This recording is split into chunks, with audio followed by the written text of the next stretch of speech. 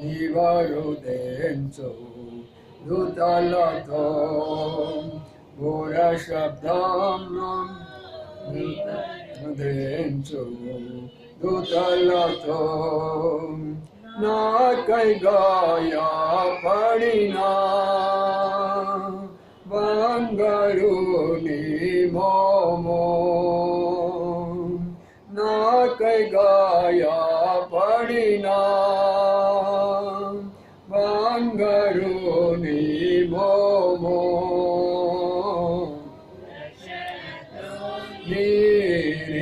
నిరీక్షించదను వీక్షింపాం రక్షణతో నిరీక్షించదను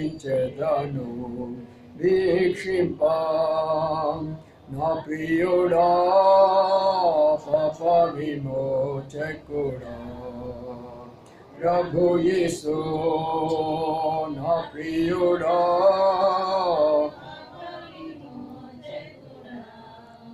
ప్రభు యేసు సూర్య చంద్ర ఆకాశం దాటి నిచంతకు సూర్య చంద్ర ఆకాశం దాటి నిచంతకు జీవవృక్షమున చెంత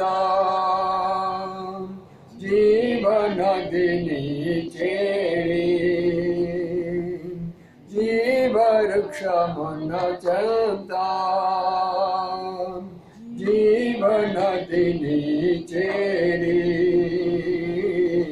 హల్లెలూయా హల్లెలూయా ఎల్లప్పుడూ హల్లెలూయా హల్లెలూయా ఎల్లప్పుడూ నా ప్రియుడా పాప విమోచకుడా ప్రభు యేసు నా ప్రియుడా పాప విమోచకుడా ప్రభు యేసు నా ప్రాణమును కాపాడి నూతన మల్లము నా ప్రాణమును కాపాడి నూతన బలమొసగెను స్తుతి గీతములతో ఆరాధించెదను ఎల్లప్పుడూ స్తుతి గీతములతో ఎల్లప్పుడూ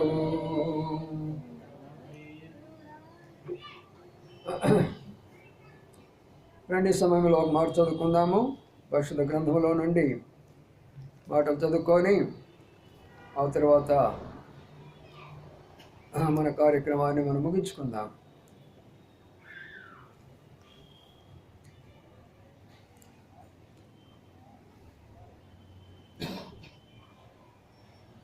లూకా సువార్త 15వ అధ్యాయం 11వ వచనం నుంచి నేను చదువుతాను వినండి. మరియు ఆయన ఇట్లైనను, ఒక మనుషునికి 2 కుమారులు ఉండిరి. వాళ్ళు చిన్నవాడు తండ్రి ఆస్తిలో తాకొచ్చు భాగం ఇమ్మని తండ్రిని అడుగ్గా వాడు తన తండ్రి ఆస్తిని పంచిపెట్టాను. కొన్ని దినములైన తర్వాత చిన్న కుమారుడు సమస్తమును కూర్చుకొని దూరదేశమును ప్రయాణం పోయి అతడు తన ఆస్తిని దుర్వ్యాపారం వలన పాడు చేశాను. అదంతయు ఖర్చు చేసిన తర్వాత ఆ దేశమందు గొప్ప కరువు రాగా వాడు ఇబ్బంది పడసాగి వెళ్ళి ఆ దేశస్థుల ఒకని చెంత చేరెను. అతడు పందులను మేపుటకు ఆ పొలములో వానిని దానికి పంపాను. చాలు చదవడం లేఖన భాగాన్ని ప్రవాసులోంచి దీవించినట్లుగా ప్రార్థన చేసుకుందాం. ప్రేమల మాపలో తండ్రి, నమ్మకమైన మా దేవా, మీకు అందరూ స్తోత్రాలు చెల్లించుకుంటున్నాం. ఈ రాత్రి కాల సమయం కూడి కొరకై రాగల బిడ్డను బట్టి మీకు అందరూ స్తోత్రాలు. మార్గ మధ్యలో ఉన్న వారికి తోడండి, సహాయపడండి. మర్చిపోయిన వారిని జ్ఞాపకం చేసుకోనండి. వచ్చిన వారి కాడికి పడకుండా సహాయపడుతారండి. మీ దాసుని అభిషేకించండి. మీ దయగల మాటలు దయచేయమని వేడుకుంటూ వందనాలు స్తోత్రాలు చెల్లించుకుంటూ ఇచ్చిన అవకాశం పడి నేను స్తుతిస్తూ యేసయ్య పరిశుద్ధ నామమున స్తుతించి ప్రార్థించి గణపరిచి వేడుకొంచున్నాము తండ్రి. ఆమేన్. నా చేతిలో చూస్తున్న దీన్ని పరిశుద్ధ గ్రంథము అంటారు. ఈ గ్రంథము పరిశుద్ధ గ్రంథము. మిగతా గ్రంథాలకు పేరుంటాయి, ఒక్కొక్క దానికి ఒక పేరు ఉంటుంది. రామాయణం అని, భారతం అని, భాగవతం అని, మరి రకరకాలైనటువంటి పేర్లు ఉంటాయి. కానీ దీనికి మాత్రము పరిశుద్ధ గ్రంథం అని మాత్రమే పేరు పెట్టారు. ఎందుకు పేరు పెట్టారంటే ఈ గ్రంథం రాసిన వారందరూ కూడా పరిశుద్ధులే. ఈ గ్రంథమును చదివితే పరిశుద్ధమైన జీవితంలోకి వెళ్ళిపోతాం. ఈ పరిశుద్ధంలో ఉన్నటువంటి ఈ గ్రంథంలో ఉన్నటువంటి ఏ దేవుడైతే తన దేవుడు అని చెప్పుకుంటున్నాడో ఆయన కూడా పరిశుద్ధుడే. కాబట్టి మనము వచ్చినది పరిశుద్ధమైనటువంటి దేవుని దగ్గరకు, పరిశుద్ధమైనటువంటి మాటలు వినేటటువంటి గ్రంథం కొరకు, పరిశుద్ధమైనటువంటి జీవితం జీవించే బోధకుల దగ్గరికి మనం వచ్చాం. ఎప్పుడైనా అది గుర్తించుకోనండి. మనం వెళ్ళేలాగా కూర్చున్నప్పుడు ఏదో ఒకడికి వెళ్ళేమో, ఏదో ఒక పాస్టర్ గారు వచ్చాడు, ఏదో ఒకటి చెప్పాడు అనుకోకండి. మనం వచ్చింది ఎక్కడికంటే ఒక పరిశుద్ధమైనటువంటి దేవుని దగ్గరికి వచ్చాము. ఒక పరిశుద్ధమైనటువంటి గ్రంథాన్ని మరి బోధించినటువంటి, పరిశుద్ధమైన జీవితం జీవించినటువంటి మరి ఒక బోధకుని దగ్గరికి మనం వచ్చాము. కాబట్టి ప్రియులారా, ఆ గ్రంథములో మాటలు వినుడి ద్వారా మన జీవితాలు, మన కుటుంబాలు, మన సమాజం కూడా మారిపోతుంది. ఇది మతము కాదు. అనేకులకి అర్థం కాని విషయం ఏంటంటే ఇది ఒక మతము అనుకుంటారు. ఇది మతము ఏమాత్రము కాదండి. మతం అనేటటువంటిది మానవుని యొక్క మతి నుండి వచ్చేదాన్ని మతము అంటారు. కానీ ఇది మతము కాదు. ప్రభు ఏమన్నాడంటే నేనే ఒక మార్గమును, నేను ఒక మార్గాన్ని, మీ జీవితానికి ఒక మార్గాన్ని, మీ కుటుంబానికి నేను ఒక మార్గాన్ని, ఈ సమాజానికి నేను ఒక మార్గాన్ని. ఆ మార్గంలో మీరు నడిచినట్లయితే మీరు సుఖము, సంతోషము, సమాధానము, తృప్తిగా మీరు జీవిస్తారు. నాకు మీరేమీ బలులు ఇవ్వాల్సిన పని లేదు, హోమాలు చేయవలసిన పని లేదు, యజ్ఞాలు చేయవలసిన పని లేదు, లోక సంబంధమైనటువంటి ఏమీ నేను ఆశించను. మీ దగ్గర నేను ఆశించేది ఏంటంటే నేను చెప్పిన మాటలు వింటే చాలు. నేను చెప్పిన మాటలు వింటే మీ జీవితం బాగుపడుతుంది, మన కుటుంబాలు బాగుపడతాయి, మన యొక్క సమాజం బాగుపడుతుంది. అంతకుమించి ఇంకేమి లేదు ప్రియులారా. చాలామంది అనుకుంటారు అదొక మతము, అది మన మతము కాదు, వేరే దేశస్తుల మతము, మన మతము కాదు, వేరే కులస్తుల మతం అనుకొని వారు అమాయకంగా అలాగ అనుకుంటూ ఉన్నారు. అలాగ లేదు. అందుకనే ఆ గ్రంథంలో ఉన్న కొన్ని విషయాల్లో ఒక విషయం మీతో చెప్తుంటున్నాను ఈ రోజున. ఏమిటి అదని మనం గమనించినట్లయితే, ఒక తండ్రికి 2 కుమారులు ఉన్నారు.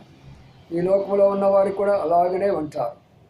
ఒక తండ్రికి లోకంలో ఉన్నవారు 2 కుమారులు ఎలాగ ఉన్నారో 2 రకాలైనటువంటి మనుషులు భూలోకంలో ఉన్నారు. భూలోకాన్ని అంతా కూడా మనం విభాగిస్తే 2 రకాలైనటువంటి ప్రజలే. ఒక భాగము మంచివారైతే, ఒక భాగము చెడ్డవారు. ఒక భాగములో సంతోషిస్తుంటే, ఒక భాగంలో దుఃఖపడేటటువంటి వారు. ఒక భాగములో మరి శ్రమలు పొందుతుంటే, ఒక భాగములో సుఖభోగ విలాసాలతో జీవించినటువంటి వారు. ఒక భాగంలో ఉన్నతమైన స్థానాల్లో ఉంటే, మరొక భాగంలో తక్కువ స్థానంలో ఉండేటటువంటి వారు. ఇలాగా లోకాన్నంతా మనం చూసుకుంటూ పోతే ప్రియులారా ఎలాగైపోయిందంటే 2 భాగాలుగా చేయబడినటువంటి లోకముగా ఈనాడు మనం చూస్తూ ఉంటున్నాం. అందుకని ఆ మాటల గురించి చెప్తూ ఆయన అన్న మాట ఏంటంటే ఒకే తండ్రికి ఇద్దరు కుమారులు ఉన్నారు, 2 కుమార్తెలు ఉన్నారు. కాబట్టి ఈ రోజున ఇక్కడ కూర్చున్నట్టు మనము ఏ కుమారులాగా ఉన్నాము, ఏ కుమార్తెలాగా మనం ఉన్నాము అనే విషయాన్ని మనము జాగ్రత్తగా గమనించవలసినగా మనం చేస్తూ ఉంటున్నాం.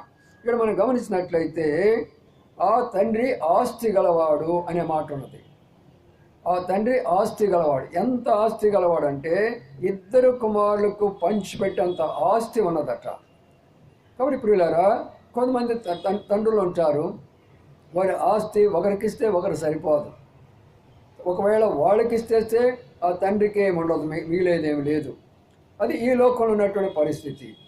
అయితే పరమ తండ్రి ఆయన దగ్గర ఉన్న ఆస్తి ఎంత గొప్పదంటే భూలోకంలో ఉన్న ఎంతమంది మనుషులు ఉన్నారో, ఎంతమంది పురుషులు స్త్రీలు ఉన్నారో అందరికీ సరిపోయినంత ఆస్తి ఆయన దగ్గర ఉన్నది. ఆయన దగ్గర ఏమి తక్కువ లేదు. వాటిని మన వాళ్ళు ఏమంటారంటే పంచభూతాలు అంటారు. ఈ పంచభూతాలు ఆయన ఇచ్చిన ఆస్తే. ఎవ్వరు కూడా ఈ పంచభూతాలు సంపాదించలేదండి. బాగా అర్థం చేసుకోండి ఈ విషయాలు. పంచభూతాలు నేను సంపాదించానని అనుకోవడము చాలా అజ్ఞానమైన విషయం. ఆకాశాన్ని ఎవరు సంపాదించలేరు, అలాగే గాలిని ఎవరు సంపాదించలేరు, అలాగే వర్షాన్ని ఎవరు సంపాదించలేరు, అలాగే భూమిని మనకిచ్చిన దేవుడిని సంపాదించలేరు. కానీ ఇప్పుడు ఏం జరిగినటువంటి ఏంటంటే, ఆయన ఇచ్చిన ఆస్తిని మరి ఒకరేమో ఉపయోగించుకుంటున్నారు, ఒకరేమో పాడు చేసుకుంటూ ఉన్నారు. అందుకనే ప్రియమైన సోదరి సోదరులారా, నేడు ప్రపంచంలో ఇన్ని రకాలైనటువంటి కలహాలు ఉండటానికి కారణం ఏమిటి? ఒక దేశానికి మరొక దేశానికి యుద్ధాలు రావడానికి కారణం ఏమిటి? ఒక కుటుంబానికి మరొక కుటుంబానికి పడకుండా ఉండడానికి కారణం ఏంటి? ఒకే ప్రాంతంలో ఒకరికి పొసుకున్నటువంటి కారణం ఏంటంటే, ఒకరేమో తండ్రి మాట ప్రకారం వింటూ, తండ్రి చెప్పిన మాటలు వింటూ తండ్రి గృహంలో నివసించేటువంటి వారు ఒకరైతే, ఒకరు అలాగా కాదు, తండ్రి ఇష్టము, తండ్రి నాకు నా భాగం నాకు ఇచ్చేయి, నా ఇష్టము అనేవాళ్ళు ఉన్నారు. అందుకనే ఎవరైతే నా ఇష్టమని వారి మార్గంలోకి వెళ్ళిపోతున్నారో వారి జీవితాలన్నీ కూడా నాశనం అయిపోతున్నాయి, వారి జీవితాలన్నీ కూడా పతనమైపోతున్నాయి, వారి జీవితాలన్నీ కూడా అనేక రకాలైనటువంటి పాపభూయిష్టమైనటువంటి యొక్క జీవితాలుగా ఉన్నాయి. వారి జీవితాల్లో నెమ్మది లేదు, వారి కుటుంబాల్లో నెమ్మది లేదు, వారికి శాంతి లేదు, వారికి సమాధానం లేదు. ఇలాంటి యొక్క వ్యవస్థ, ఇలాంటి యొక్క పరిస్థితిని మనం ఇక్కడ చూస్తుంటున్నాం.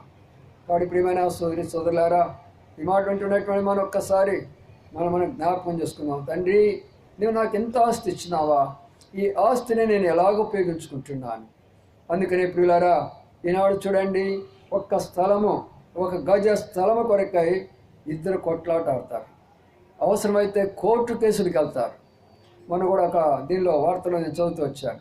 10 రూపాయల యొక్క వచ్చినటువంటి ఇద్దరి మధ్యలో వచ్చిన ఆ యొక్క తీక్ష్ణమైనటువంటి యొక్క కోపం వాళ్ళిద్దరి మధ్యలో, ఒక 10 రూపాయల డిఫరెన్స్లో ఇద్దరి మధ్యలో వచ్చినటువంటి యొక్క ఆ తగాదు ఎంతవరకు దారితీసిందంటే అవతల వ్యక్తిని చంపేసేసినారు ఒక 10 రూపాయల కొరకు. ఎందుకంటే దాని అర్థం ఏంటంటే, ఈ లోకం అనే దానిని మనకు ఎంతగా ఒక గజము, ఒక కొంచెం స్థలము కొరకై మన ప్రాణాలైనా విడిచిపెట్టుకుంటాం, కానీ ఆ స్థలాన్ని విడిచిపెట్టుకోము. పోనీ చనిపోయేటప్పుడు ఆ స్థలాన్ని నువ్వు తీసుకొని వెళతావా? చనిపోయేటప్పుడు ఆ 10 రూపాయలు నువ్వు తీసుకొని వెళ్ళిపోతావా? లేదే. అందుకనే ఇక్కడ ఉన్నటువంటి నా ప్రియమైన సోదరి సోదరులారా, లేక బయట వింటున్నటువంటి నా ప్రియమైన స్నేహితులారా, ఈ సత్యాన్ని మీరు తెలుసుకోనండి, ఈ సత్యాన్ని మీరు తెలుసుకోనండి. ఆ యొక్క తండ్రి ప్రేమతోటి ఎన్నోసార్లు హెచ్చరించాడు. మన యొక్క పరలోక తండ్రి కూడా అనేకులు హెచ్చరిస్తూ ఉంటాడు. అయ్యా, ఎందుకురా నువ్వు అబద్ధాలు చెప్తావు, ఎందుకు నువ్వు తాగుబోతుగా ఉంటావు, ఎందుకు మోసం చేస్తూ ఉంటావు, ఎందుకు పేకాటాడుతూ ఉంటావు, ఎందుకయ్యా ఇలాంటివి చేయొద్దని పరలోక తండ్రి అనేక సార్లు చెప్తూ ఉంటాడు. అందుకనే ఆ చెప్పే స్థలాన్నే మరి చర్చి లేక సంఘము అంటారు. అది జనాలకు తెలీదు. ఏదో దేవాలయాలకు వెళ్తారు, ఏదో తిరుగుతారు, మృక్కుబడులు చేస్తారు, నాకు అది కావాలి, నాకు ఇది కావాలని వస్తారు. కానీ నా గురించి చెప్పేటటువంటి ఒక స్థలానికి నేను వెళ్ళాలా, నా జీవితాన్ని గురించి చెప్పేటటువంటిది, నన్ను బలపరిచేటటువంటిది, నా యొక్క జీవితాన్ని కట్టేటటువంటి ఒక స్థలానికి నేను వెళ్ళాలి అనేటటువంటి ఒక దృక్పథంలో ఇక్కడ మనం చూస్తుంటున్నాం. అయితే ఇక్కడ ఈ కుమారుడు ఏం చేస్తున్నాడంటే, తన ఇష్టంలో తన మార్గంలో వెళుతూ వస్తున్నాడు. ఎంతవరకు వెళ్ళినాడు చూడండి, ఎంతవరకు వెళ్ళిపోయినాడు అంటే, అంత ధనవంతుడై ఉన్నటువంటి కుమారుడు తినటానికి తిండి లేదు. ఈ రోజున ఎందుకు పేదరికం వచ్చింది ఈ లోకంలోకి? మనం అందరూ బాగా అర్థం చేసుకోండి. ఈ రాత్రికాల సమయంలో పేదరికం రావడానికి 2 కారణాలు. మొదటి, మన యొక్క సోమరితనము ఒకటి, రెండవదిగా దుర్వినియోగం ఒకటి. ఈ రెండిటిని బట్టి ఒక వ్యక్తి పేదవాడైపోతాడు. ఏ వ్యక్తి కూడా పేదవాడు కాదమ్మా, దేవుడు ఇప్పుడు కూడా పేదవాడు కానే కాదు. ఎందుకు పేదవాడు అయిపోతానంటే, ఒక వ్యక్తి ఏమో సోమరైపోతాడు. సోమరైపోయిన కారణం చేత తను ఎలాగుంటాడే, యెహోవా ద్వారా ఆశీర్వదించబడరు. అందుకని కీర్తనకారుడు అంటాడు, 128వ దావీదు కీర్తన 1 అంటున్నాడు, యెహోవా యందు భయభక్తులు గలవారు ఇలాగూ ఆశీర్వదించబడును. నిత్యముగా నీ చేతుల కష్టార్జితము నీవు అనుభవిస్తావు. కాబట్టి కష్టపడడం నేర్చుకోవాలి. ప్రతి ఒక్క వ్యక్తి, ప్రతి ఒక్క సహోదరుడు, ప్రతి ఒక్క సహోదరి నీవు కష్టపడినట్లయితే ఎప్పుడు నువ్వు పేదవాడిగా ఉండవు. ఎప్పుడు ఒకరి వైపు మన చేతులు చాపము, ఎవరి మీద మనం ఆధారపడము, ఎవరిని మనం అడగము. ఎందుకంటే నీ కష్టార్జితాన్ని నేను ఆశీర్వదిస్తానన్నాడు, నీ కష్టార్జితను ఆశీర్వదిస్తానన్నాడు. కాబట్టి ప్రియులారా, దేవుడు మనకు పంచిభూతాలు ఉచితంగా ఇస్తే కష్టపడను రా బాబు అంటే మేము కష్టపడమని సోమరిపోతులై ఉన్నారు. అందుకనే పేదవారు అయిపోయినారు ఒకరందరూ కూడా. రెండో వారు ఎవరంటే మీరు స్వార్థపరులు. ఎంత స్వార్థం అంటే అంతా నేనే, అంతా నాకే, ఇదంతా నాదే. తన అధికారము, తన యొక్క బలగము, తన యొక్క బంధువులు, తన యొక్క స్నేహితులు వాళ్ళు ఎవరు దొరికిపోతే ఒక రౌడీ మోకను తయారు చేస్తారు డబ్బు ఇచ్చేసి. ఒక రౌడీ మోకను తయారు చేస్తారు డబ్బు ఇచ్చేసి. రే ఆ స్థలం మనకు రావాల్సింది ఎట్టి పరిస్థితుల్లో కూడా. ఇంకా అవసరమైతే పోయి కోర్టులకు వెళ్ళి జడ్జిని పట్టుకుంటారు, కోర్టులకు వెళ్ళి లాయర్లు పట్టుకుంటారు. అయ్యా నీకు ఎంత కావాలో చెప్పంత నేను ఇస్తాను, కానీ నాకు స్థలం కావాలా. చస్తే నీవంత మట్టి పిల్ల కూడా తీసుకొని వెళ్ళలేవు, చనిపోతే ఒక మట్టి పిల్ల కూడా తీసుకొని వెళ్ళలేవు. అందుకనే మనం జ్ఞాపకం చేసుకునే మాట అంటే దేవుని యొక్క వాక్యములో ఈనాడు అనేకులు పేదవారికి ఉంటున్నారు భూలోకంలో. ఈ పేదవాళ్ళు ఏం చేస్తున్నారు? ఎందుకు ఈ పేదవారి పేదరికం వచ్చింది? తండ్రి మాట వినని కారణం చేత కదా. పరమ తండ్రి మాట వింటే ఎందుకు ఈ పేదరికం వస్తుంది నాకు? పరమ తండ్రి మాట వింటే ఎందుకు నేను ఇలాగా దిక్కులేని వాడైపోతున్నాను? ఒకరి మీద నేను ఎందుకు ఆధారపడవలసి వస్తుంది? నా భార్యను ఎందుకు ఇలాంటి కష్టాలు పాలైపోతుంది? నా బిడ్డలు ఎందుకు ఇలా చదివించుకోలేకపోతున్నాను? మాకు ఒక ఆమె అక్కడ ఉన్నది ముచ్చాడి నగర్లో. ఆ తల్లిని చూస్తున్నప్పుడు నాకు చాలా బాధ అయిపోతూ ఉంటుంది. ఏమిటి అంటే మరి ఆమె పనిచేసి కొంత డబ్బు సంపాదిస్తుంది ఆ బిడ్డను చదివించుకునే దాని కొరకు. సరే, అంతవరకు బాగుంది. మరి ఎవరో ఒకరు కష్టపడతారు, బిడ్డల కొరకై పడే మాట వాస్తవమే, మంచిదే. కానీ మరి ఎప్పుడెప్పుడు హాలిడేస్ ఉంటాయో ఆ టైంలో ఆ బిడ్డను కూడా పనికి పంపిస్తుంది. ఒక అమ్మాయి చదువుకోవాలన్నప్పుడు ఆ అమ్మాయి యొక్క ఫీజు కొరకై తల్లి కష్టపడుతుంది, బిడ్డ కష్టపడుతున్నది. మరి తండ్రి పరిస్థితి ఏంటి? తండ్రి కష్టపడితే బిడ్డలకు ఆ పరిస్థితి వస్తుందా? తండ్రి వారి కొరకై సమర్పించుకుంటే తల్లికి వారికి కానీ ఆ బిడ్డలకు కానీ ఆ పరిస్థితి వస్తుందా? రాదు కదా. అందుకని ప్రియులారా, ఈ యొక్క అని మనం చూసింది ఏంటంటే పేదవారైపోవడానికి కారణము, కష్టాలు పాలవడానికి కారణము, శ్రమలు పాలవడానికి కారణము యెహోవా యందు భయభక్తులు లేనటువంటి కారణము, దేవుడు చెప్పినటువంటి మాట విననటువంటి కారణము, దేవునికి దూరమైపోయినటువంటి పరిస్థితిని బట్టి ఒక వ్యక్తి అలాగైపోతూ వస్తాడు. అందుకనే మాటలు ఇక్కడ రాస్తూ వచ్చాడు. తండ్రి దగ్గర నుంచి దూరం అయిపోయినాడు, ఇక భోగ విలాసాలతో జీవిస్తున్నాడు. ఈ లోకం అదే కదా మనం చూస్తున్నది. ప్రతి ఒక్కరు కూడా ఏమనుకుంటున్నారు? ఓ నేను అలాగా ఉండాలా, నేను ఇలాగా ఉండాలా, వాళ్ళు భోగాలుగా ఉన్నప్పుడు మేము భోగాలుగా ఉండాలా, వాళ్ళ విలాసవంతం ఉంటే మేము విలాసవంతంగా ఉండాలా. ఒకనొక రోజు వస్తుంది, భయంకరమైనటువంటి దినం ఎదుర్కోవాలా. భోగ విలాసాల కొరకు మనం ఈ లోకంలోకి దేవుడు పంపించాల. మనం పంపించిన ఉద్దేశం ఏంటంటే శాంతి, సమాధాన, తృప్తి జీవితంతో జీవిస్తూ ఆ దేవుని నిరంతరము స్తుతించాలనే ఉద్దేశంతో దేవుడు లోకానికి మనం పంపించాడు. నా మహిమ కొరకై నేను సృజించినటువంటి నా ప్రజలు అంటాడు యెషయా గ్రంథములో. మనం సృజించినటువంటి దేవుడు ఆయన మహిమ కొరకై మనం సృజించాడు, కానీ మనము భోగ విలాసాలు జీవించేదానికి కాదు. అందుకని ఒక వ్యక్తి భోగ విలాసాలతో జీవిస్తాడు అంటే దాని అర్థం ఏంటంటే, ప్రియమైన సోదరి సోదరుడా, ఆ వెనుక ఎంతో భయంకరమైన పరిస్థితిని ఎదుర్కొంటాడు, ఎంతో భయంకరమైనటువంటి పరిస్థితిని ఎదుర్కొంటాడు. ఎందుకంటే తన యొక్క జీవిత విధానం అంతా కూడా భోగ విలాసాల కొరకై అన్యాయం చేయాలా, అక్రమముగా పరిస్థితి చేయాలా, అవినీతిగా మారాలి. ఇలాంటి యొక్క పరిస్థితి మన యొక్క జీవితాల్లో మనం చూస్తుంటున్నాం. కాబట్టి మనం భోగంగా జీవించాలంటే, విలాసవంతంగా జీవించాలంటే మనం ఎలాగా అన్యాయం చేయక తప్పడం లేదు, అబద్ధాలు ఆడక మానటం లేదు, దొంగతనాలు చేయడం మానటం లేదు. అనేకమైన విధానాలు ఈ రోజుల్లో ప్రియమైన సోదరి సోదరులారా ధన ఆశ కొరకై తమను తాము బానిసలుగా చేసుకున్నారు. అందుకనే ఆ తండ్రి మనల్ని ప్రేమించాడు, ఈ కుటుంబాన్ని ప్రేమించాడు. ఆ తండ్రి కుటుంబాన్ని ప్రేమించాడు కాబట్టి ఈనాడు ఈ కుటుంబము యెహోవా యందు భయభక్తుల కుటుంబంగా ఉన్నది. వారి యొక్క చేతుల కష్టార్జితాన్ని దేవుడు ఆశీర్వదిస్తున్నాడు. వారి యొక్క ఇంటిలో ఫలభరితమైనటువంటి యొక్క మరి భార్య ఉంటుండగా, మరి ఎదిగేటటువంటి యొక్క బిడ్డలు ఉంటుండగా అది దైవాశీర్వాదం అనేది మనం జ్ఞాపకం చేసుకోవాలి. అందుకని ఆ మాటలు రాస్తూ వచ్చాడు. దేవుని యొక్క వాక్యంలో ఉన్నటువంటి శ్రేష్టమైనటువంటి మాటలు, ఎంతో ప్రేమతో కూడినటువంటి మాటలు ఇక్కడ చెప్తున్నాడు. ఆ కుటుంబంలో మరి ఉన్నటువంటి యొక్కదంతా కూడా తీసుకొని తన జీవితం అంతా కూడా పతనం చేసుకుంటూ ఉన్నాడు. ఎంతవరకు పతనం చేసుకున్నాడు అంటే, ఎవరిని నమ్మిన స్నేహితులందరూ కూడా దూరం అయిపోయినారు, నమ్మిన బంధువులందరూ కూడా దూరం అయిపోయినారు, ఎవరి మీద ఆధారపడ్డారో వాళ్ళందరూ దూరం అయిపోయినారు. ఇక దగ్గరైపోయిన ఎవరంటే పందులు. ఏమండి, ఎవరు దగ్గరైనారు చెప్పండి? ఇప్పుడు పందులు దగ్గరైపోయినవి, పశువులు దగ్గరైపోయినవి. వారు గుర్తుపెట్టుకోనండి, పశువులో ఉన్న జ్ఞానం మానవుల్లో లేదు, పక్షులో ఉన్నటువంటి జ్ఞానము మానవుల్లో లేదు, చేపల్లో ఉన్నటువంటి జ్ఞానము మానవుల్లో లేదు, రాకు పురుగుల్లో ఉన్నటువంటి జ్ఞానము మానవులకు లేదు.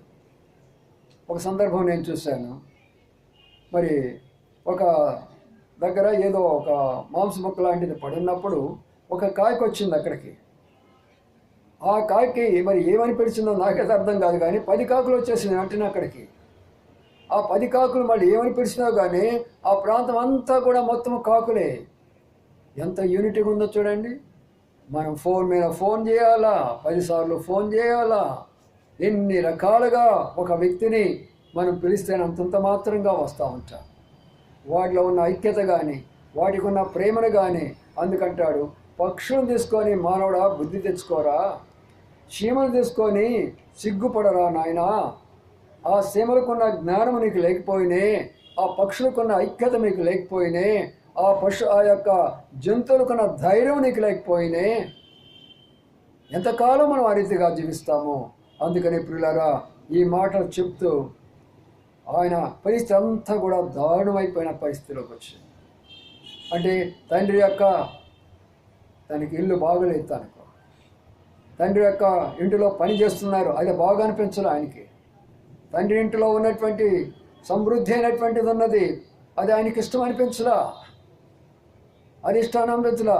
ఈరోజు రండి బాబు, ఇది మతము కాదయ్యా, మీ జీవితాలు కట్టబడతాయి, మీ కుటుంబాలు కట్టబడతాయి, మన సమాజం శాంతి సంతోషాలు ఉంటేనే రండని బతిలాడుతూ వెళుతూ ఉంటే, వీధుల్లో బతిలాడుతున్నాము, పత్రికలు ఇచ్చి బతిలాడుతున్నాము, ప్రతి ఒక్కరు రండి రండి అని చెప్తుంటే, మా మతం కాదు పో, ఇది మా మతం కాదు పో.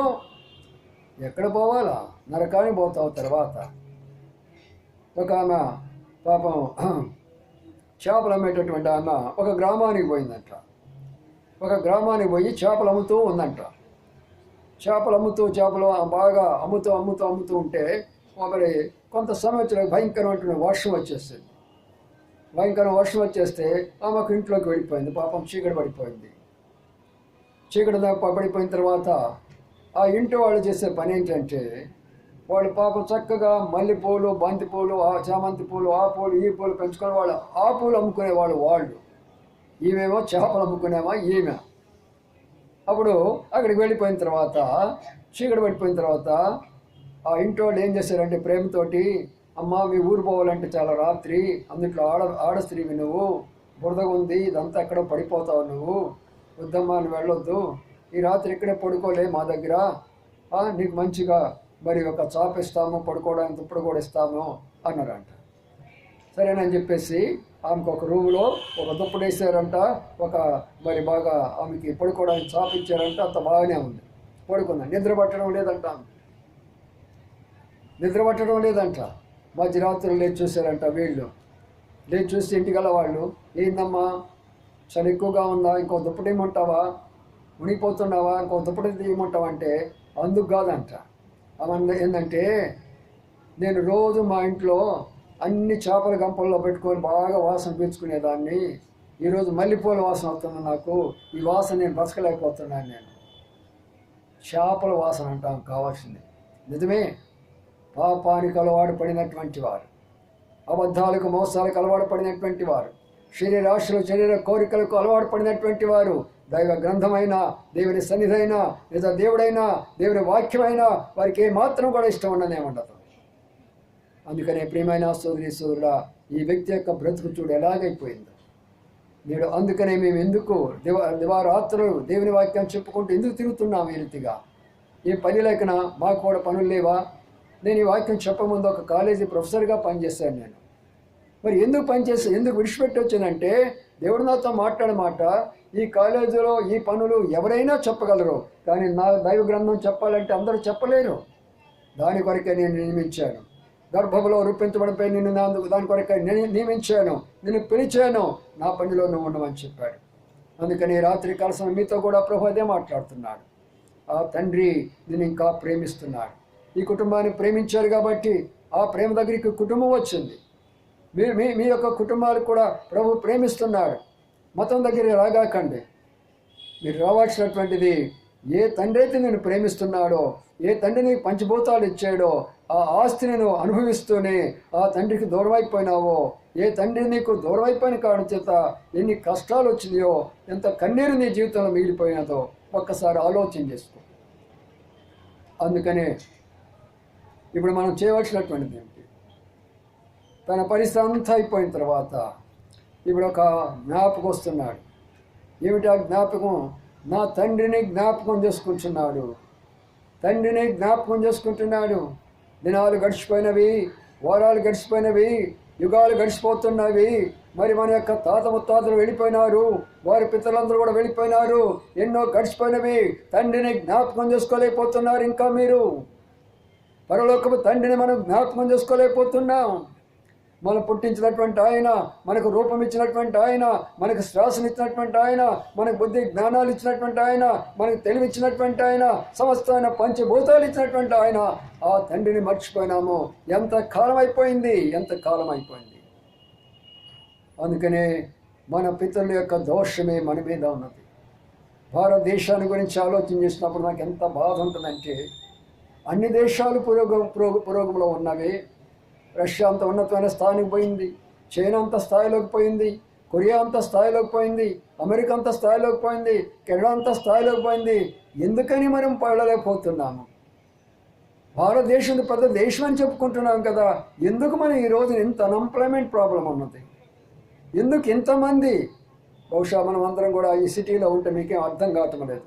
ఒక్కసారి ఆ పల్లెటూరు జనాంగాన్ని కానీ మీరు చూస్తూ వస్తే, కొన్ని స్థలాల్లో అడవి ప్రాంతాల్లో చూస్తూ వస్తే నిజంగా ఎంత భయంకరమైనటువంటి పరిస్థితి అంటే, వృద్ధులు 80 సంవత్సరాలు 70 సంవత్సరాలు గలవాళ్ళు చిన్న గుడిసెలు వేసుకొని అందులో ఉండి ఏదో ఆ పండు ఈ పండు తినుకుంటూ, అది ఇచ్చి ఇది ఇచ్చి తింటూ అట్లా జీవిస్తున్నవారు ఈనాడు లక్షలాది ఉన్నారు భారతదేశంలో.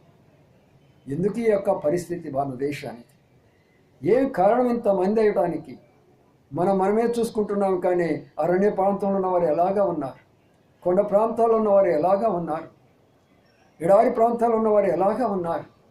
ఎందుకున్నది మనకి ఈ యొక్క ప్రాంతం అంటే మన తండ్రులు చేసినటువంటి దోషము, మన పితరులు చేసినటువంటి దోషము. ప్రియమైన సోదరుడా, ఆ దోషాన్ని బట్టి ఎన్నో పరిస్థితులకు వెళ్ళిపోతూ వచ్చారు. నా తండ్రి కూడా విగ్రహారాధికుడే. మేము 11 మంది సంతానము. ఆయన దోషాన్ని బట్టి దాదాపుగా 4 తప్పగా మిగతా వాళ్ళందరూ చనిపోతూ వచ్చారు. ఆ 4లో ఆఖరి వాడిని నేనే. దేవుడు నన్ను కాపాడాడు కాబట్టి ఈనాడు వరకు సజీవంగా ఉండి, మా నాన్నగారు లేకపోయినా నా యొక్క తోటి సహోదరులందరూ చనిపోయినప్పుడు కూడా ఆయన కొరకై భూమి మీద నేను సాక్ష్యంగా ఉన్నాను అంటే తండ్రుల యొక్క దోషము బిడ్డల మీదకు ఉంటున్నది. పితరుల యొక్క దోషము మన మీద ఉన్నది, మన దేశం మీద, మన రాష్ట్రం మీద, మన ప్రాంతాల మీద ఉన్నది. ఆ దోషాన్ని తొలగించేదాని కొరకే మేము ఈనాడు ఈ గ్రంథాన్ని తీసుకొని బయలుదేరాము. కానీ మతం మార్చేదాని కొరకు, దేవుళ్ళను మార్చేదాని కొరకు, దేవతలను తిట్టేదాని కొరకు, గుళ్ళను మార్చేదాని కొరకు మిమ్మల్ని ఏదో అంటానికి కాదు. తిరిగి మన దేశము సంతోషంగా ఉండాలి, తిరిగి మన రాష్ట్రము సంతోషంగా ఉండాలి, ప్రజల్లో ఐక్యత రావాలి, ప్రజల్లో ప్రేమభావం రావాలి, ఒకరినొకరు ప్రేమించుకోవాలి, ఒకరినొకరు గౌరవించుకోవాలి, అందరూ సమానమని చెప్పినటువంటి ఏకైక గ్రంథమే ఈ పరిశుద్ధ గ్రంథము. నా ప్రియమైన సోదరులారా, అందుకని మాటలు ఆ కుమారుడు ఎన్నో దినాల తర్వాత తిరిగి జ్ఞాపకం చేసుకున్నాడు. ఏమని జ్ఞాపకం చేసుకున్నాడు? నా తండ్రి ఇంటి వద్ద ఎంతోమంది సేవకులు ఉన్నారు. నా తండ్రి ఇంటి వద్ద ఎంతోమంది సేవకులు ఉన్నారు. అయితే నేనెక్కడున్నాను? కుమారుడు అయ్యుండి. అవును, ఏ కుమారుడైనా తండ్రికి వ్యతిరేకం చేస్తే ఇంటిలో నుంచి వెళ్ళిపోవాల్సిందే. అయితే తండ్రి మాత్రం ఎప్పుడు కూడా ఆయన హృదయం ఆ బిడ్డ కొరకై కొట్టగలాడుతూ ఉంటుంది. ఆ హృదయం కొట్టగలాడుతూ ఉంటుంది. ఒక చిన్న ఉదాహరణ ఈరోజు సంగతి మీకు చెప్తాను. ఉదయాన్నే నేను రాత్రి ప్రసాద్ గారు రాత్రి డ్యూటీలో ఉన్నారు. వచ్చినప్పుడు చాలా లేట్ అయిపోయింది. ఆయన మామూలుగా మన బాబు అర్పణ ఉంటే ఆ బాబు వెళ్ళేసి మరి మందిరం అంతా కూడా చక్కగా ఏర్పాటు చేసి అన్నీ కూడా చేసి పిల్లల్ని తీసుకొని అన్ని చేసేటటువంటి వాడు. అబ్బాయి రాలేదు. మరి ప్రసాద్ గారికి నేను ఫోన్ చేశాను. అయ్యా బాబు లేడు, ఏమైనా వెళ్ళేవా అంటే, వాడు అక్కడ పంపించాను, నేను బాబుని పంపించాను, మరి వాడు ఏం చేస్తున్నాడో నాకు తెలీదు అని అన్నాడు. ఇంకెవరన్నా ఉన్నా ఇంటికి ఎవరు లేరు అని అన్నాడు. అని ఒక మాట అన్నాడు.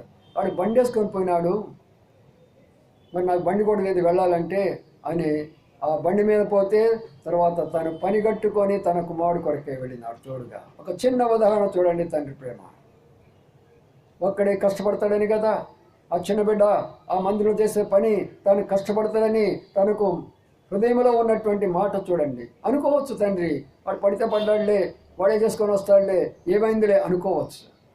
తండ్రి హృదయం ఒకసారి జ్ఞాపకం చేసుకోండి. పరలోకం యొక్క తండ్రి హృదయాన్ని ఒకసారి జ్ఞాపకం చేసుకోనండి. మన కొరకై ఎదురు చూస్తే తండ్రి, మన కొరకై చేతులు చాపుస్తున్న తండ్రి, మన యొక్క లోబడినటువంటి వారి కొరకై దివారాత్రులు కుమారులారా రండి, కుమార్తెలారా రండి. ఎంతకాలం మీరు ఇలాగా ఉంటారు? ఎంతకాలం నాకు దూరంగా ఉంచారు? ఎంతకాలం మీరు నా యొక్క రాజ్యానికి దూరంగా ఉంచారు? ఎంతకాలం మీరు శాంతి సమాధానం లేకుండా ఉంటారు? ఎంతకాలం కుటుంబాల్లో నెమ్మది లేకుండా ఉంటాయి? రండి నా దగ్గరకు అని పిలుస్తూ ఉంటున్నారు. నా ప్రియమైన సోదరుడా, అందుకని రాత్రి కాల సమయంలో ఈ కుటుంబం వచ్చింది. అక్కడ ఎంతోమంది సేవకులు ఉంటూ ఉన్నారు. అది గొప్ప విషయము. చూద్దాం అపోస్తుల కార్యంలో మరొక మాటను ఇక్కడ చూసుకుందాం. అపోస్తుల కార్యంలో ఈ మాటను కూడా మనం జ్ఞాపకం చేసుకుందాం. ఇక్కడ అపోస్తుల కార్యం చూడండి, 18వ అధ్యాయము చదవండి 1వ వచనం నుంచి. అటు తర్వాత పౌలు ఏథెన్స్ నుండి బయలుదేరి కొరింథునికి వచ్చి పొంతి వంశీయుడైన అకులను ఒక యూదుని అతని భార్య అయిన ప్రిస్కిల్లను కనుగొని వారి యొద్దకు వెళ్ళిన. చూడండి ప్రియులారా, ఇక్కడ మనం గమనించండి. దైవ సేవకుడైనటువంటి పౌలు ఒక ప్రాంతానికి వెళ్ళినప్పుడు అక్కడ ఒక కుటుంబం కనబడుతుంది. అకుల ప్రిస్కిల్లా అనేటటువంటి కుటుంబం. ఆ కుటుంబము పౌలును చూసిన తర్వాత, ఆయన మాటలు చూసిన తర్వాత ఆయన తమ ఇంటికి ఆహ్వానించారు. ఇది లోతైన సత్యాన్ని తెలుసుకోనండి. ఆ కుటుంబం ఆశ్రయించబడడానికి కారణము, ఆ బిడ్డలు ఆశ్రయించబడడానికి కారణము దైవ సేవకును పిలిచినారు. అక్కడ నా తండ్రి ఇంటిలో అనేక మంది సేవకులు ఉన్నారు. ఆ సేవకులే అక్కడ పౌలు అనేటటువంటి ఒక సేవకుడు ఉన్నాడు. ఆయన సేవ చేస్తున్నాడు ఆ ప్రాంతంలో. ఆయన సేవ చేస్తున్నటువంటి ఆ సేవలో ఇప్పుడు ఒక కుటుంబము భాగస్వాములు అయిపోతున్నారు. ఆ కుటుంబంలో భాగస్వాములు అయిపోయి వారు కలిసి ఇప్పుడు ఏం చేస్తున్నారంటే ఇంటిలో పని చేసుకుంటూ బయట పని చేసుకుంటున్నారు. ప్రియమైన సోదరులారా, ఎంత ధన్యకరమైన విషయం చూసారా? దైవ సేవకుని ఏ గృహంలో అయితే చేర్చుకున్నారో ఆ గృహం ఎంతగా ఆశీర్వదించబడిందో, ఆ గృహంలో భార్య భర్తలు ఎంత నెమ్మదిగా ఉన్నదో, ఆ భార్య భర్తను దేవుడు ఎట్లా ఆశీర్వదించాడో, ఆ కుటుంబంలో ఉన్న బిడ్డలు ఎంత ఆశీర్వదించాడో అనేది మనం చూస్తే, ఈ యొక్క కుటుంబాన్ని గురించి నేను చెప్తున్నానా? ఈ గ్రంథము ఎంతమంది బోధిస్తున్నారో కోటాను కోట్ల ప్రజలందరూ కూడా వాళ్ళిద్దరి గురించి చెప్తారు. మనం అప్పుడప్పుడు గాంధీ గారి గురించి చెప్తాము, నెహ్రూ గారి గురించి చెప్తాము, గొప్ప గొప్ప వాళ్ళ గురించి చెప్పుకుంటాం కదా. ఎందుకు చెప్పుకుంటాం మనం వాళ్ళ గురించి? వాళ్ళు చేసిన కార్యాలను బట్టి. అలాగే మన పేర్లు కూడా ఈ లోకంలో నిత్యం నిలబడాలంటే ఏదో రాజకీయాల్లో అలాగ తీసుకొచ్చి ఒక స్టాట్యూ పెట్టడం కాదు, బలవంతంగా తీసుకొచ్చి ఇక్కడ పెట్టడం కాదు. నీవు ఏమైతే చేసేవో ఆ కార్యాలు భూమిలో నిలబడిపోతాయి. నీ బొమ్మ నిలబడవచ్చు, నీ బొమ్మ లేకపోవచ్చు, అక్కడ నీ ఫోటో ఉండవచ్చు, నీ ఫోటో లేకపోవచ్చు, నీ కార్యం అక్కడ కనబడుతుంది. నీవు వారి కొరకై చేసినటువంటి త్యాగం అక్కడ కనబడుతూ ఉంటుంది. నీవు వారి కొరకై చూపించిన ప్రేమ అక్కడ కనబడుతూ వస్తుంది. నీవు వారి కొరకై చేసిన ప్రతి విధమైనటువంటి సేవ అక్కడ కనబడుతూ వస్తుంది. ప్రపంచంలో ఉన్న వారందరూ కూడా కోటాను కోట్ల బోధకులు ఈ అకుల్లా ప్రిస్కిల్లా అనే పేర్లు నోటితోటి చెప్పని బోధకులు ఉండనేమంటారు. అంత ధన్యకరమైనటువంటి జీవితం ఈ కుటుంబానికి కూడా ఇచ్చారు.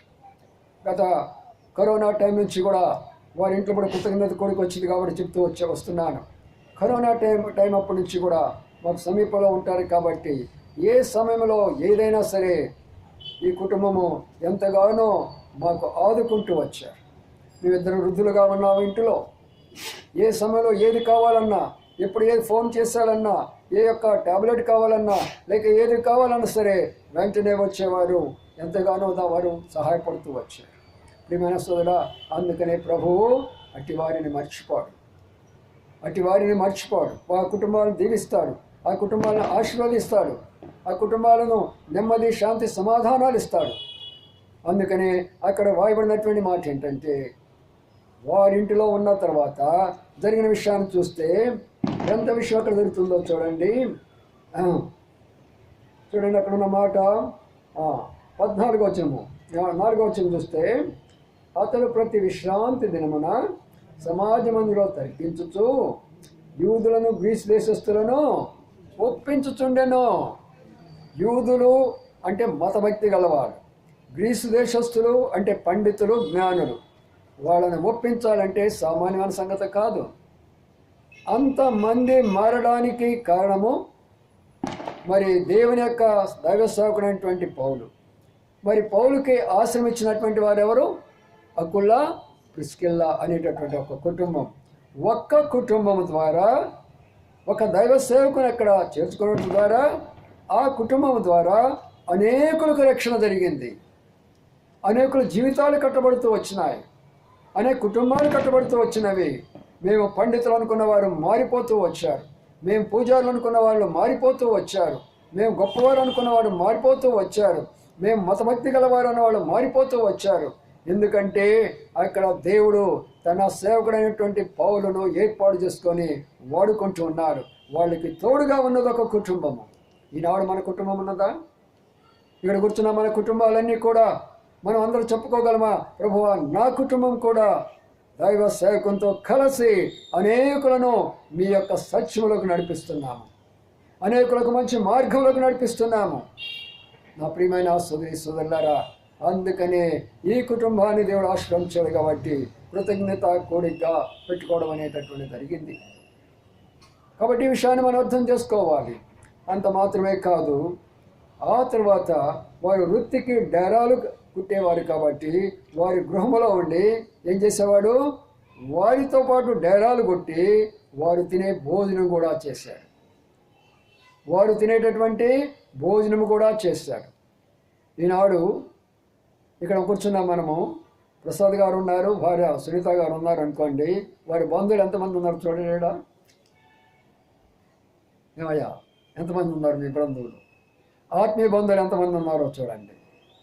ఈ సత్యాన్ని తెలుసుకోండి. ప్రతి ఒక్కరు కూడా మనతో ఉండేవారు ఆత్మీయ బంధువులే కానీ శరీర సంబంధమైన బంధువులు కారు. ఒకళ్ళు వచ్చినా కూడా హడావుడికి వస్తారు, అంత భోజనం చేసుకుంటారు, మళ్ళీ పోవడం, నాకు వస్తుంది, నాకు ట్రైన్ అయింది, నేను వెళ్ళిపోతాను అంటాం. అప్పుడప్పుడు మాకు కూడా మా బంధువులు చీరాల నుంచి వస్తూ ఉంటారు. ఒక 2 రోజులు సెలవు పెట్టుకొని రావచ్చు కదా, 2 రోజులు 3 రోజులు ఉండొచ్చు కదా, ఉండొచ్చు, తినటానికి ఉండదు, హాయిగా ఉండొచ్చు కదా మీరంటే, కాదు నేను వెళ్ళాలి అర్జెంటుగా, సాయంకాలం వస్తుంది. ప్రియులారా, ఆత్మీయ బంధుత్వం చాలా ప్రాముఖ్యం. ఎవరైనా నిన్ను విడిచిపెడతారు కానీ వారు ఆత్మీయులు, దైవ భయం కలిగిన వారు కాబట్టి నేను ఎప్పుడు కూడా విడిచిపెట్టను. అందుకని మనము ఆత్మీయులుగా మారడానికి మనం ప్రయత్నం చేసినప్పుడు ఆత్మీయులే మనతో ఉండటానికి కూడా ప్రయత్నం చేస్తారు. అప్పుడు మనకి ఏ కొదువు, ఏ కొరత, ఏ లోటు, ఏ లోపం అనేది అక్కడ ఉండనే ఉండదు. అందుకని ఇప్పుడు ఏమవుతుందంటే ఆ ఇంటిలో పౌలు ఆతిథ్యము తీసేసుకున్నాడు. ఇదెంత గొప్ప రహస్యం తెలుసా? ఏ ఇంటిలో అయితే దైవ సేవకునికి ఆతిథ్యం ఇవ్వబడుతున్నదో ఆ ఇంటిలో ఎప్పుడు కూడా కొరత ఉండదు. మొదటి రాజుల 17వ అధ్యాయంలో మరి దైవజనుడైనటువంటి ఏలియా ఎవరింటికి వచ్చాడు? చెప్పండి. ఒక విధవరాలింటికి వచ్చాడు. విధవరాలేమో ధనవంతురాల. కరువు కాలము, ఇంటిలో ఏమీ లేదు. ఆ సమయంలో వచ్చినప్పుడు, అమ్మా ఒక రొట్టిస్తావంటే, మాకే లేదయ్యా, ఎక్కడ పెట్టను నీకు అందామా. ప్రియులారా, మనం కూడా చాలా సందర్భాల్లో మన వైపు మనం చూసుకుంటాం కానీ ఈ దైవ సేవకుని దేవుడు పంపించాడు ఉద్దేశంతో, నా కొరకే పంపించాడు ఒక ఉద్దేశంతోనే. ఏనాడైనా ఆలోచన చేసావా? ఏనాడైనా దాని గురించి తలంచారా? అది ఆలోచన చేయాలా, దానిని తలంచాలా. అందుకనే అమ్మా మీరు తినండి కాదన్నో, మొదటి రొట్టె నాకు ఈ తల్లి, నువ్వు చేసినటువంటి మొదటి రొట్టె ఒక రొట్టె నాకు చాలు, నాకన్నా అవసరం లేదు. ఆమె మొదటి రొట్టె ఇచ్చిందంట దైవ సేవకుడికి. రాయబడిన మాట ఏం తెలిసిన? 3.5 సంవత్సరము రొట్టెకి కానీ పిండికి కానీ నూనెకి కానీ తక్కువ లేదు. మీదంతా కూడా తక్కువే. ఆ కరువు కాలంలో ఎక్కడ చూసినా తక్కువే. అది తక్కువ, ఇది తక్కువ, ఇది తక్కువ, అది తక్కువ అని అందరూ చెప్పుకుంటున్నారు. కానీ ఆ ఇంటిలో మాత్రము దేవుడు సమృద్ధిగా ఉంచాడు. అందుకనే మనం కృతజ్ఞత కోడికల్లో ఎందుకు దైవ సేవకులు మన గృహంలో అడుగుపెట్టి ప్రార్థన చేస్తారు, ఎందుకు మనం భోజనాలు పెడతాము అంటే, అప్పుడు కానీ ఆ ప్రేమతో పెట్టేటటువంటి ఆ విందు, ఆ ప్రేమతో పెట్టినటువంటి ఆహారాన్ని దేవుడు దీవించి నిండారులుగా దీవించి ఎల్లవేళలా నీ ఇంటిలో నలుగురు పెట్టేవాడిగా ఉంటావు కానీ నలుగురు దగ్గర తీసుకునేవాడిగా ఉండవు. అది నా సొంత అనుభవము. నాగపూర్లో ఉన్నప్పుడైనా ఎక్కడ ఉన్నప్పుడు కూడా ప్రతి సందర్భంలో కూడా ప్రియులారా ఆ సమృద్ధి మనం చూస్తూ వచ్చాం. అంతేకాదు ఏ సంఘంలో కూడా లేనటువంటి యొక్క పరిస్థితి ప్రభు మనకి ఇచ్చినాడు. ప్రతి వారము కూడా భోజనాలు తయారు చేసుకొని ప్రేమావిందు మనం చేసుకుంటూ వచ్చాం. ఏనాడైనా తగ్గిందా మనకు? ఏదైనా ప్రభు తగ్గు చేశాడా మనకు? ఏది తగ్గు చేయలేదు ఆయన. అందుకనే దేవుడు ఆశీర్వదించే కుటుంబాలను ఆయన ఆహారాన్ని తక్కువ చేయడు, సాక్షికరమైనటువంటి కుటుంబంగా చేస్తాడు. అయితే దైవ సేవకుని ఆహ్వానించుకోవాలి, ఆయన ద్వారా అక్కడ ప్రార్థన జరగాలి, ఆయన ద్వారా అనేకులను ప్రభు దగ్గర నడిపించేటువంటి సహకారులుగా మనం ఉన్నప్పుడు ఆ కుటుంబాన్ని దేవుడు అద్భుతంగా మరి మార్చేవాడిగా ఉంటాడు. అందుకని ఈ రాత్రికాల సమయంలో ఎందుకు ఈ కుటుంబం యొక్క కుటుంబ ప్రార్థన మనం ఎందుకు ఏర్పాటు చేయబడింది, ఈ కృతజ్ఞత కొడుకు ఎందుకు ఏర్పాటు చేయబడిందంటే, గత సంవత్సరాలన్నిటిలో కూడా కుటుంబము కాపాడబడుతూ వచ్చింది. ఎన్నో కరోనాలు వచ్చినప్పటికీ, ఎన్నో రకాల పరిస్థితులు వచ్చినప్పటికీ దేవుడికి అద్భుతమైన కార్యాలు జరిగిస్తూ వచ్చాడు. ఒకనొక సమయంలో ఇల్లు కూడా ఖాళీ చేయవలసిన పరిస్థితి వచ్చింది. కానీ దేవుడు దాన్ని కూడా నిలబెట్టేసేసినాడు. తను నమ్మినటువంటి బిడ్డల ఎప్పుడు కూడా ఆయన విడిచిపెట్టాడు. నిన్ను ఎన్నడూ విడువను, ఎడబాయను. మన ప్రభు మనం విడిచేవాడు కాదు, ఎడబాసినటువంటి వాడు కాదు. రండి ఆ మాట కూడా చూసుకుందాము. ఒక మాటను జ్ఞాపకం చేసుకుందాం. లూకాసు వార్త 15వ అధ్యాయంలో మనం చూసిన అంశాన్ని కొరకు వెళ్ళిపోతుంటున్నాం. లూకాసు వార్త 15వ అధ్యాయంలో ఆ మాటను మనం చూద్దాము. అప్పుడు మనకు కొంత అర్థమైపోతుంది. చదువునండి 18వ వచనము. నేను లేచి నా తండ్రి యొద్దకు వెళ్ళి, తండ్రి, నేను పరలోకమును విరోధముగా నీ ఎదుట పాపము చేసి. అదయ్యా జరగాల్సింది, అది జరగాలి. నీ పాపం పోవాలంటే ఏ తండ్రికి నువ్వు వ్యతిరేకం చేసాడో ఆ తండ్రి దగ్గరికి వెళితే నీకు క్షమాపణ దొరుకుతాను. కానీ లేదు నేను ఆ దందులో మునుగుతాను, ఈ దందులో మునుగుతాను, ఆ బావిలో మునుగుతాను, ఈ కొండ ఎక్కుతాను, ఆ పర్వతం ఎక్కుతానంటే పర్వతం ఎట్లా పోతావు చెప్పండి? ఏ దేవుడు నిన్ను సృష్టించాడో, ఏ దేవుని వ్యతిరేకమైన కార్యాలు నువ్వు చేస్తూ వచ్చావో ఆ దేవుని దగ్గరికి వెళ్ళి నువ్వు తండ్రి నేను చేశానంటే నేను క్షమిస్తాడు. కానీ లేదయ్యా నేను ఒకసారి మునిగి వస్తా, మునిగితే అయిపోతుందా? ఆ మునిగే వాళ్ళ కొరకే ఆ 1900 ఆ సంవత్సరంలో ఆయన దాదాపుగా 15వ శతాబ్దం అనుకుంటాను, మరి ఆ థామస్ గారు అనేటటువంటి ఆయన వచ్చాడు. యేసు ప్రభు యొక్క శిష్యులకు ఆయన వచ్చాడు. భారతదేశానికి వచ్చాడు ఆయన. ఆ మునిగే వాళ్ళని చూశాడు అక్కడ. ఆ మునిగేవాడు ఎందుకు నువ్వు మునుగుతున్నావు అంటే, అయ్యా మా యొక్క పాపాలు పోగొట్టుకోవడానికి మునుగుతున్నావు అని అన్నారు. ప్రియులారా, వాళ్ళకి సత్యం చెప్పినప్పుడు, దేవుని కార్యం వాళ్ళ మధ్య చూసినప్పుడు వాళ్ళు ఆశ్చర్యపోయినారు. భారతదేశంలో మొట్టమొదట మేమే పండితులమి, మేమే పూజారులమి, బ్రహ్మనష్టంలో నుంచి పుట్టినటువంటి వారు మేమనుకున్న వారే మొట్టమొదటిగా భారతదేశంలో ప్రభువైన యేసుక్రీస్తు వారు నమ్ముకున్నారు. కాబట్టి ఒక్కసారి అర్థం చేసుకోనండి. తండ్రి దగ్గరికి వచ్చి మన క్షమాపణ కోరుకుందాం. ఎవరైతే ఇంకా ఇక్కడ క్షమాపణ లేని వారిగా ఉన్నారో, ఇంకా ఎవరి పాపాలు క్షమించబడలేదో, లోక సంబంధమైనటువంటి వ్యవహారాల ద్వారా మన పాప క్షమాపణ జరగదు. మన పాప క్షమాపణ తండ్రి దగ్గరికి వచ్చి అడిగినప్పుడే. ఇప్పుడు తండ్రి ఏమంటున్నాడో చూద్దాము. తండ్రి ఏమంటాడు తర్వాత వచనంలో,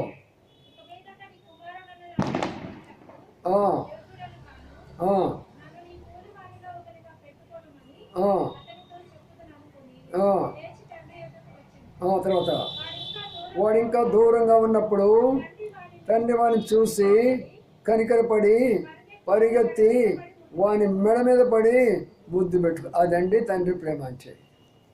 దేవుని ప్రేమ అంటే దుష్ట శిక్షణ శిష్ట రక్షణ కాదు. తప్పు చేసిన వాళ్ళని సాగొట్టండి రా, శిష్టులు మాత్రమే రక్షించండి, మేమే పవిత్రులమి, మేమే నీతిమంతులమి, మేమంతా పుణ్యం చేసినటువంటి వాళ్ళని, మమ్మల్ని రక్షించండి, మిగతా వాళ్ళందరూ రాక్షసులు, వాళ్ళందరూ సాగొట్టమని ఆయన దేవుడు ఎలాగవుతాడు? దేవుడు అనేటువంటి నా ప్రేమ గలవాడు. ఎవరిని తప్పులు చేసినా తప్పు ఎప్పుడు నాది పొరపాటుని ఒప్పుకుంటే క్షమించగలవాడే దేవుడు అవుతాడు. అందుకనే తండ్రి దూరంగా ఉన్నప్పుడే ఇంకా దూరంగా ఉన్నాడు, ఇంకా దూరంగా ఉన్నాడు, ఇంకా దూరంగా ఉన్నాడు. తండ్రి ఎదురుగా పరిగెడుతుంటున్నాడు. నీవెప్పుడైతే తండ్రి కొరకై పరిగెత్తుతావో తండ్రి నీ కొరకై పరిగెత్తుతాడు. నీవెప్పుడైతే తండ్రికి దగ్గర రావాలనుకుంటూ వస్తావో తండ్రి నీ దగ్గరికి వస్తాడు. బాగా అర్థం చేసుకుంటూ ఉండండి. కొన్ని సందర్భాల్లో తల్లిదండ్రులు బిడ్డలు నడిపిస్తూ ఉంటారు. నడవలేకపోయిన పరిస్థితుల్లో తల్లి అయితే సంకనేసుకుంటుంది, తండ్రిని అయితే భుజాన్ని వేసుకుంటుంది.